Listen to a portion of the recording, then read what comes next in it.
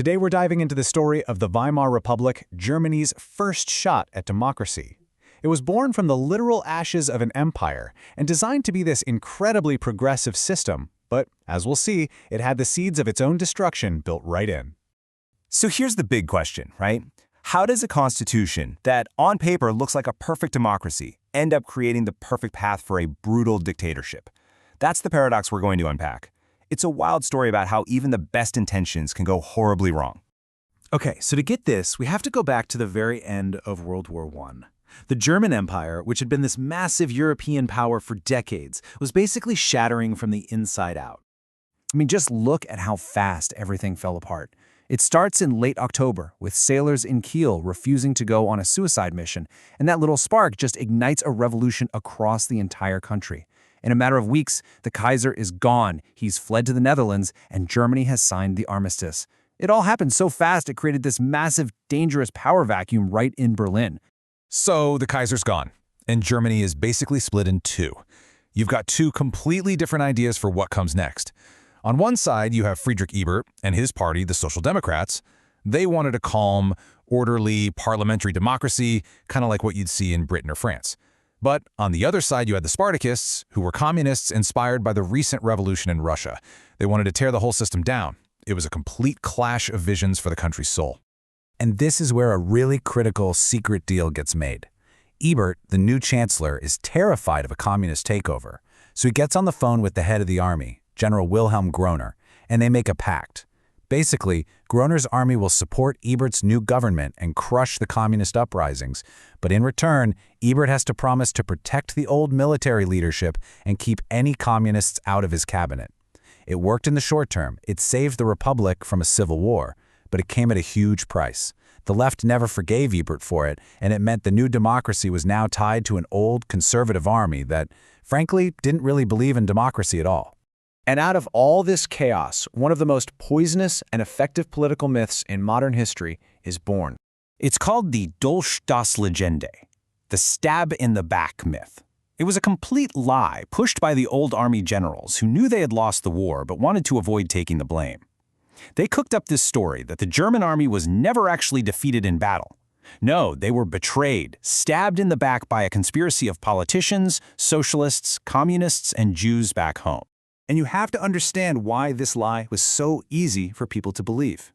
When Germany surrendered on November 11th, German soldiers were still deep inside France and Belgium. There were no enemy troops marching on Berlin. So for the average person back home, it was almost impossible to imagine that their mighty army had truly been beaten. So the myth gave them a simple, easy-to-digest answer. The enemy wasn't some foreign army. They were already inside the gates. And who were these traitors? Well, the myth pointed the fingers straight at the very politicians who were now in charge, Ebert and his government. They were branded as the November criminals, and this lie completely poisoned the well for the new republic from the moment it was born. So you've got this new republic, right? And it's already being called illegitimate by a huge chunk of the population. And yet, in the middle of all this bitterness and chaos, a group of leaders get together in the city of Weimar to try and write a constitution for a new, truly democratic Germany. And honestly, on paper, this constitution was incredible. For 1919, it was unbelievably progressive.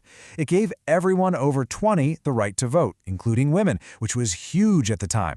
It guaranteed basic civil rights like freedom of speech, and it was all built on a system designed for fairness. It was supposed to be a masterpiece. It all sounds great, right? A perfect democratic blueprint.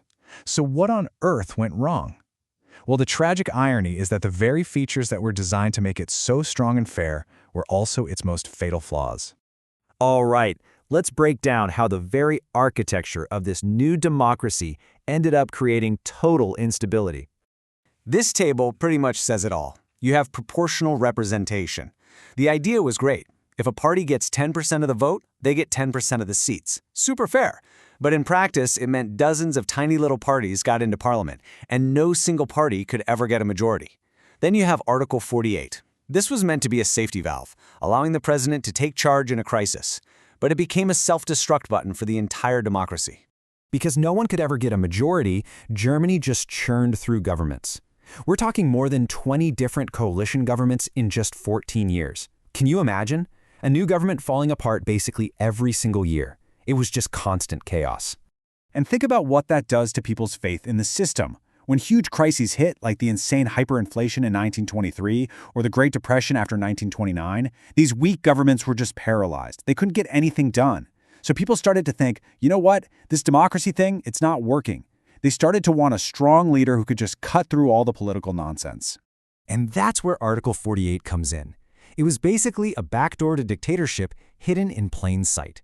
It let the president declare an emergency, but it never actually defined what an emergency was. So he could just suspend civil rights and make laws on his own. And after 1930, President Hindenburg started using it all the time, completely bypassing Parliament. It basically got people used to the idea of one man being in charge. Okay, so we have all the pieces on the board. The unstable system, the powerful emergency clause, and a public that's losing faith. So how does this lead directly to Adolf Hitler? When you lay it out, it's like a chillingly logical domino effect. The flaws in the Constitution create chaos.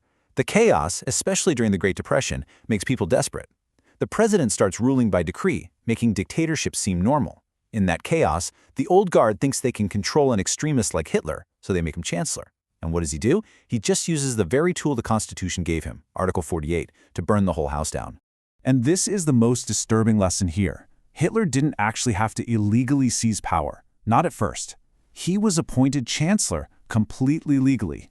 And he used the Constitution's own emergency powers to legally dismantle every single democratic freedom.